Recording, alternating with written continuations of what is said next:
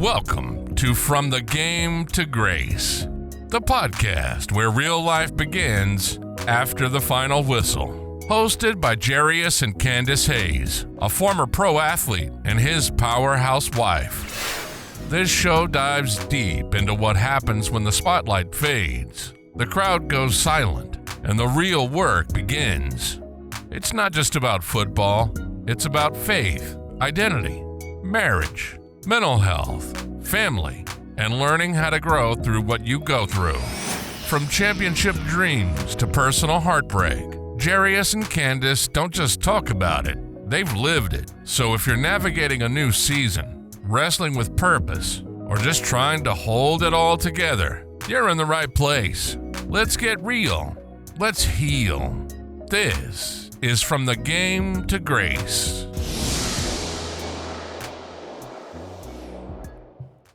Welcome to From the Game to Grace. I'm your co-host, Candace Hayes. And I'm Jarius Hayes. And we thank you guys for joining in. Joining in the conversation that we're having today. Like, subscribe our channel, YouTube channel, and now we are on all the streaming platforms, Spotify, Amazon Music, and Apple Podcasts.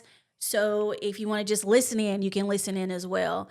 So today we're going to go ahead and start kind of talking about, I know initially our last episode was kind of talking about how Jarius got released, from the Arizona Cardinals, and how he ventured into getting back on the team, and then how another tragedy happened where he got injured again and had to early retire. So now we're going to kind of talk about life after football. What does that mean? What does that mean for actually just players in general that are in the NFL? What does that mean for their livelihood? Where do they go from there? Do they feel like they have purpose now? So one of the things that, Jarius, I wanted to kind of ask you was, after your last injury, what was your mindset? What was your mindset? Were you just like, I'm just done with this, or I'm going to keep trying, well, let's just go from there. Well, after my last injury, when I had to try out with Jacksonville, over time I kept working out. I was trying to stay in shape, but then after a while, I was like, it wasn't necessarily, I'm just gonna stop playing. Mm-hmm. It just over time where other things became more important to the point to where football was just kind of getting pushed farther and further to the side. So I didn't have the mindset that, I'm just done with football. It's just over time, gradually, mm-hmm. things happened to the point to where I just, didn't want to get back into it. Was it the love? Did you follow a love with it? Or it was just, you just felt like, okay, it's just time to move on and do something else? I think it was just time to move on and to do something else, because you can keep trying, and maybe I could have got back in the league again, but I just decided to just move on, and that's a tough thing for professional athletes, that when you make it to the NFL or the NBA or any major sport to the professional level. A lot of times that becomes your identity. Right. That's what I was just going to say. And then when it's over, where do you go from there? It's a hard transition, mm-hmm. because when it's over, even though you may go into other things, you're still not fulfilled right away. Like maybe, for me, football brought fulfillment to me other things didn't do that. And it probably never will. But you get to a point to where, okay, God, what else am I been put on this earth to do? And because you've been put on the earth to do just more than one thing. Right. That's right. That's right. He's given us And so many talents. Yeah. but it just so happens that one thing that you no longer doing was such it paid well, it brought notoriety. It was something that every kid that played football coming up wanted to get to the NFL. Okay. And it was such a dream, it was such an accomplishment. And then when it's over, it's like, man. And you can't prepare for it. Okay. Yeah. Because I don't care if you play 10 years in the league or 1 year in the league. You can't prepare for that when it gets to the point to where I'm not playing anymore. You can't prepare for that. That's just something that you have to deal with when it comes. I'm talking about from an internal perspective. Okay. You know what I'm saying? So you can take measures, for, okay, I want to graduate college, I want to have this job set up or have this business set up.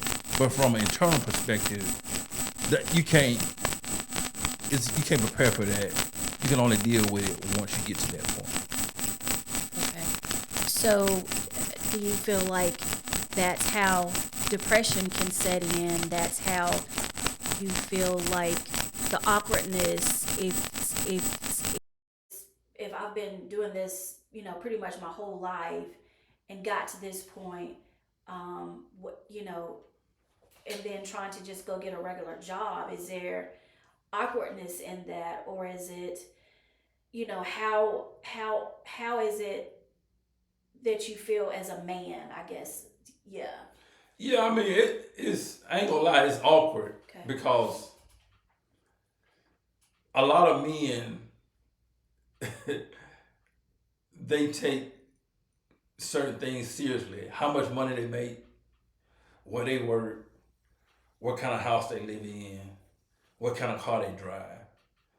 And when you can't say I play in the NFL anymore, you know what I'm saying, after being able to say it, or you go to a job and they see on your resume, former NFL player, what you doing here? Applying for a job. And it's like, just like you. Yeah. I'm trying to get a job. You know what I'm saying? So and they look at you awkward and you know what I'm saying?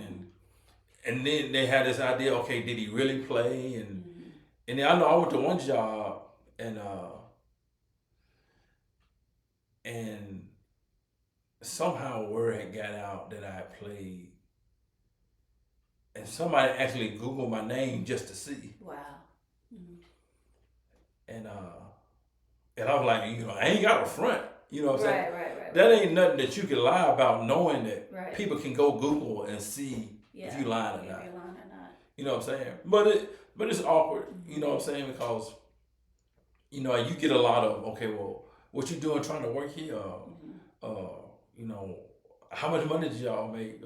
I don't think they said that, but that's the thoughts people have when you get back into the regular workforce. You know what I'm saying? But it's just something that you have to deal with, and over time, it's cool. You know what I'm saying? You know what I'm saying? But at the end of the day, I was still able to do something and accomplish some things that, a lot of people weren't able to accomplish.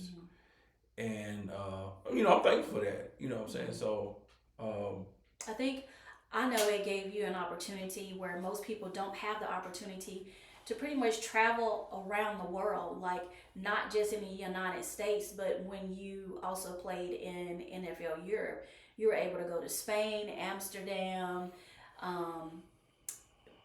those different places. And most of the time, the ordinary person just won't travel that far, outside of the United States. Yeah, because I'm not saying I would have never traveled to those places, but I don't know, you know what I'm saying? But I was able to travel to those places and experience different things. Right. Because I never thought I would find myself in Amsterdam for 3 months.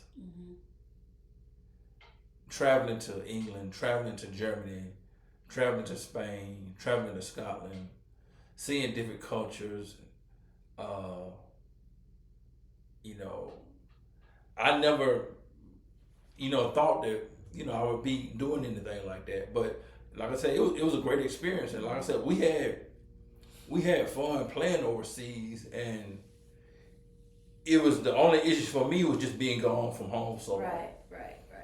And then then over here in the United States, when you play in the NFL, just some of the people that we see like on TV now that maybe like are broadcast, they're on the sports broadcast that you actually played with, during when you were with the Arizona Cardinals. So I just think it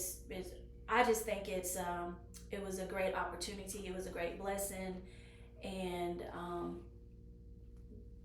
and the grace of God was still up on your life, because I thought about the times that you had to, fly. Some people just don't think about that, and as a wife, you're praying and you're praying for your husband and your husband's friends and the teammates and stuff that they get back home safely, from that team that they just played, if it was in Minnesota or if it was in, just Kansas, just those different places, where y'all played is always like a thing where, they're getting ready to be back up in the air again. Right. Yeah. So, I mean, just being protected, right, not only on the field, but in the travel. Air. Yeah, absolutely. In the travel space. And, a lot of times we take that for granted, but it was a great experience to where, I never take it for granted. Right. I never take it for granted. So let's talk about purpose, because sometimes I think, like with athletes, their identity is their identity is just pretty much into their sport at the time when they're playing, but it's also life after a sports career, if it's NFL or if it's baseball or tennis or whatever. So then you kind of talk about, because you can't play this sport forever. So right. Is it, as far as purpose, do you feel like sometimes that athletes feel like they have maybe an identity kind of like I don't even know what to call it, but crisis. Yeah, an identity crisis. Yeah, I mean after football is over, some players go into coaching, some players go into like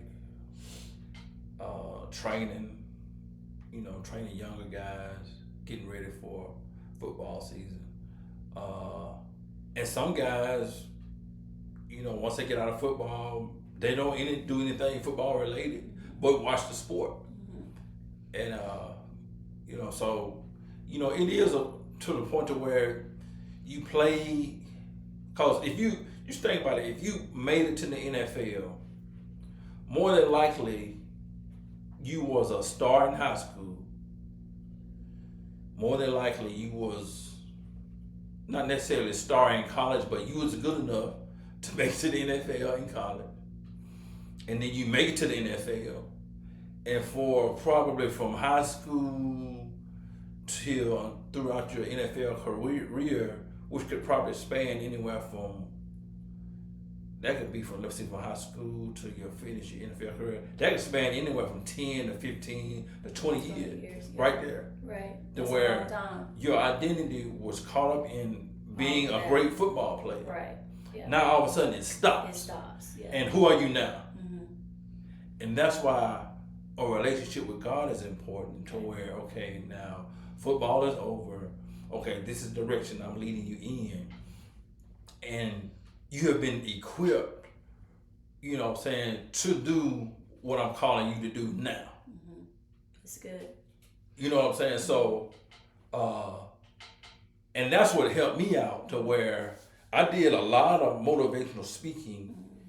I wrote a book, and I did things to where when I was playing football, I didn't see myself doing.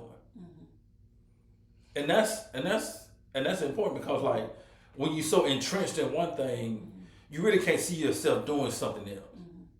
And so a lot of times, one thing has to end before you're able to see what else is in store. You know what I'm saying? Because sometimes when you fully entrenched in something, you can't see yourself doing nothing but what you're doing. You know, when I was playing football, that's all I could see myself doing. But once it stopped, I was able to see beyond that and see other things that maybe God has gifted me to do or called me to do with my life. So, but a lot of it is identity, man, because, and if you don't have any direction from God or you don't have any guidance to where, okay, now that I'm done, what do I do? Of course I can go get a job. Of course I can start a business. Of course I can do this, I can do that. But what is that thing that fulfills me from within, like football did? You know what I'm saying? Football gave me so much satisfaction because it was something that I'll never be able to find something that really fulfilled me from a football perspective. You ain't gonna be able to find it. It may be something else that you can do, but football was just something that I really can't explain how special it was to be able to play this game. So let's go there. And experience what I experienced. So let's go there. Go there and tell us, like, you know, from the locker room to going out, walking on that field to, you know, blocking a tackle or, you know, just take us there. You know, the feeling I used to get before a game, getting ready in the locker room. Did you have special music?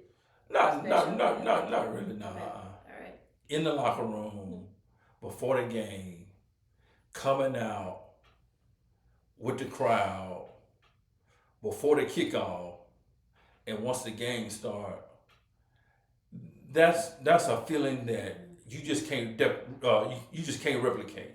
Okay. You just you can't replicate that feeling, and I can't explain it. It's just something that I don't. It's just something that I experienced that I just can't explain what that feeling is like. Okay. You know what I'm saying? And I'm not saying I'll never be able to do things on a high level, but participating in football is just one of the greatest things that I'll probably ever do in my life. It's from a fulfillment perspective because, like I said, I can't put into words how football made me feel. Okay. And it had nothing to do with maybe how successful I was. It was just, I guess, because I loved it so much. Okay. You know what I'm saying? So, you know, just the preparation, just the work you had to put in, the intensity, the passion, the focus. It's just, you know, it's hard for me to put into words how football made me feel. And so if you get a bunch of guys that felt like I did, right, yeah. And then once the game stops, we lost. If you have no other if you have nothing else to feed you, man, when the game is over, you lost, so to speak. Okay. Because you searching, you trying to find that high that you got from the game, and you can't find it. You know what I'm saying?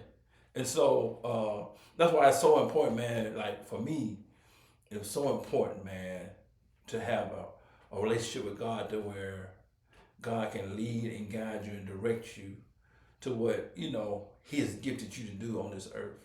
other than being a football player. Okay. What, so now with that being said, you know, you're talking about the guys, how they feel, that fulfillment and all that. So talk to some of those guys that are out there now, or even, you know, or even females that are out there, you know, that don't necessarily play football, but could play tennis or basketball or volleyball or, you know, something, and they need help them to kind of, you know, maybe guide them or encourage them, you know, if, you know, when this is over, or if it's over right now, you know, it's still hope, it's still life outside of, you know, that sport. And even this could be also not necessarily people that play sports, but just people that, you know, just in general, that have general 9-to-5 jobs, like go from one 9-to-5 job where they might have been an executive, and they're moving from that executive to maybe being a business owner, or, you know, someone starting a business, or someone, you know, just not even starting a business, but just coming straight out of high school or straight out of college and says, hey, this degree that I went 4 years for my life, I really don't think this is the direction that I need to go, you know. So, you know, if you can kind of talk to those people and encourage them of that next step. I would just say, just get involved in other things outside of your sport that you maybe got a scholarship for, or that you maybe playing a professional sport. You know, get involved in other things outside of that, so that you can kind of spark an interest, or you can see, okay, I have the ability to do this, or I have the ability to do that, or I have a desire to do this, or I have a desire to do that. Because when you just tunnel vision and you just focus on one thing, yeah. Then when that one thing is shut off, now you're kind of lost, so to speak. But then those other gifts just kind of lie dormant. They're just lying dormant. Yeah, I would just encourage you, man, to just get involved in other things besides, because I know in order to be great in that sport, you have to be all in. I mean, you have to be all in for real. And so, in a lot of cases, it's hard to want to get involved in other things. So because you're so focused on becoming great in that one sport, in that one thing, that you shut everything off. But I would just encourage you to just get involved in other things, and when you spark interest in other things, or you see, okay, well, I have a passion to do this, or I have the ability to do this, or I might want to do this one day. And so when the athletic arena, the sport stop, now you say, okay, well, I can take the same drive, the same passion, the same discipline, the same focus that I had in my sport to other areas of my life. That's good. And be just as successful, even more successful than you were in a sport. So that would be my advice. That's good advice. That's those are awesome suggestions, you know, for anyone out there that is in that arena. So listen, that's all we have for you guys today. We don't fluff anything. We get straight to the point. So we won't take too much of your time up. So that's all we have. We thank you for joining in this conversation from the game to grace. Please make sure that you share this with somebody that you know that maybe could, you know, this could be beneficial for them.